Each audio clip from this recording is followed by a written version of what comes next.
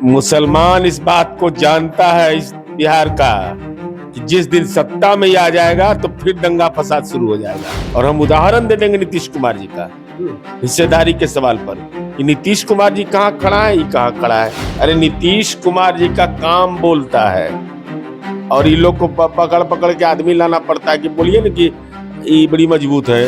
क्यों नहीं मैयत में गया, क्यों नहीं बीमार पड़ने पर देखने के लिए गए, क्यों नहीं उनके परिजनों का हाल चाल लिया।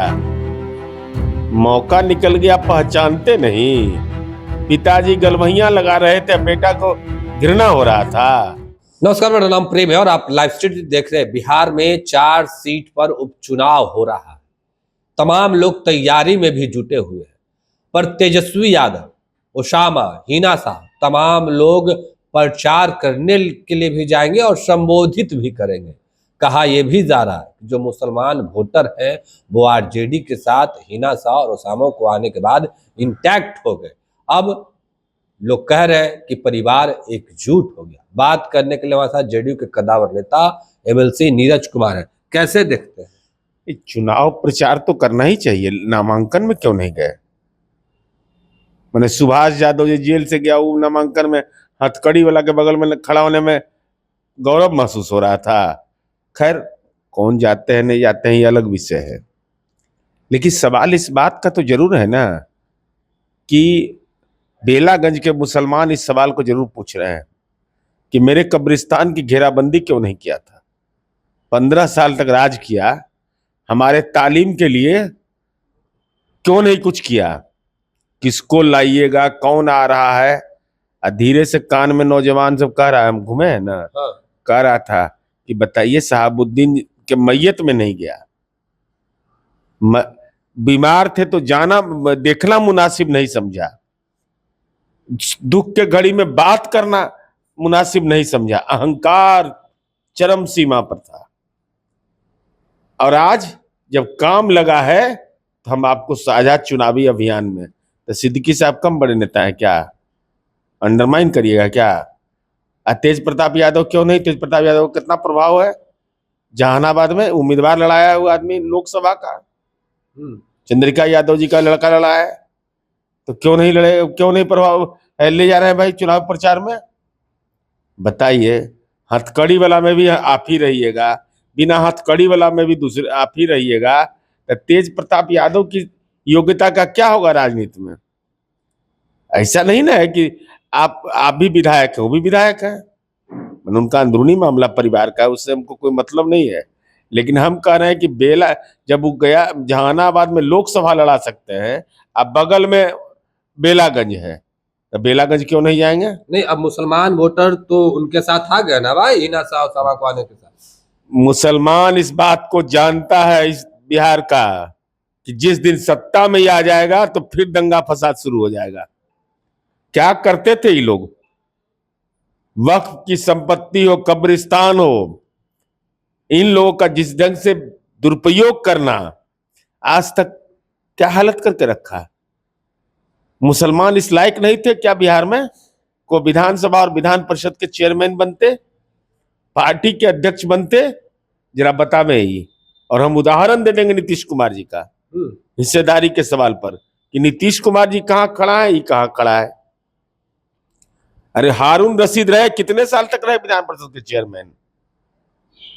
हमने कभी यह चिंता नहीं किया, कब्रिस्तान घेरे, वक्त की संपत्ति का विकास किया, जो आज तक के आजादी से लेके आज तक के लोग झुंझुन्ना लेके घूम रहे थे धर्मनिरपेक्षता का, और हमने इस करके दिखा दिया कि किसको कहते हैं। जो महापुरुष हैं, डॉक्टर एपीजे अब्दुल कलाम जैसे लोग हों, जैसे लोग हैं, बहुत सारे बहुतेरे लोग हैं जिनके नाम पर संस्थाएं को खड़ा किया नीतीश कुमार जी ने, तो पहचानेगा उनको, नहीं तो पहचानेगा दूसरा लोग को।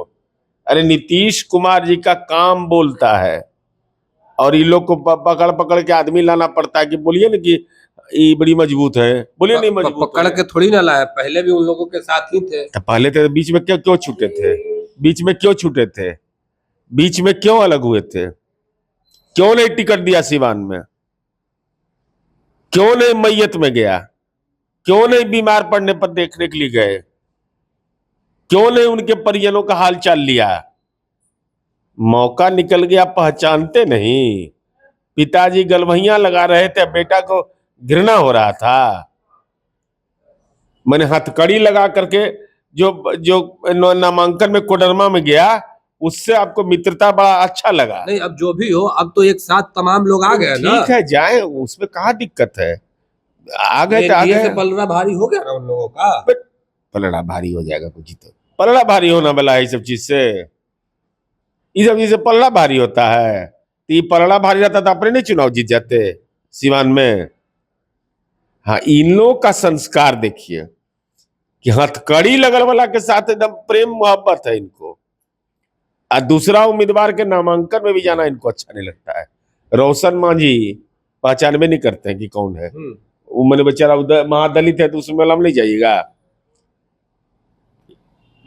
जिनको ज्वाइन कराए उनके लिए क्या क्या बोले थे जाके वहां।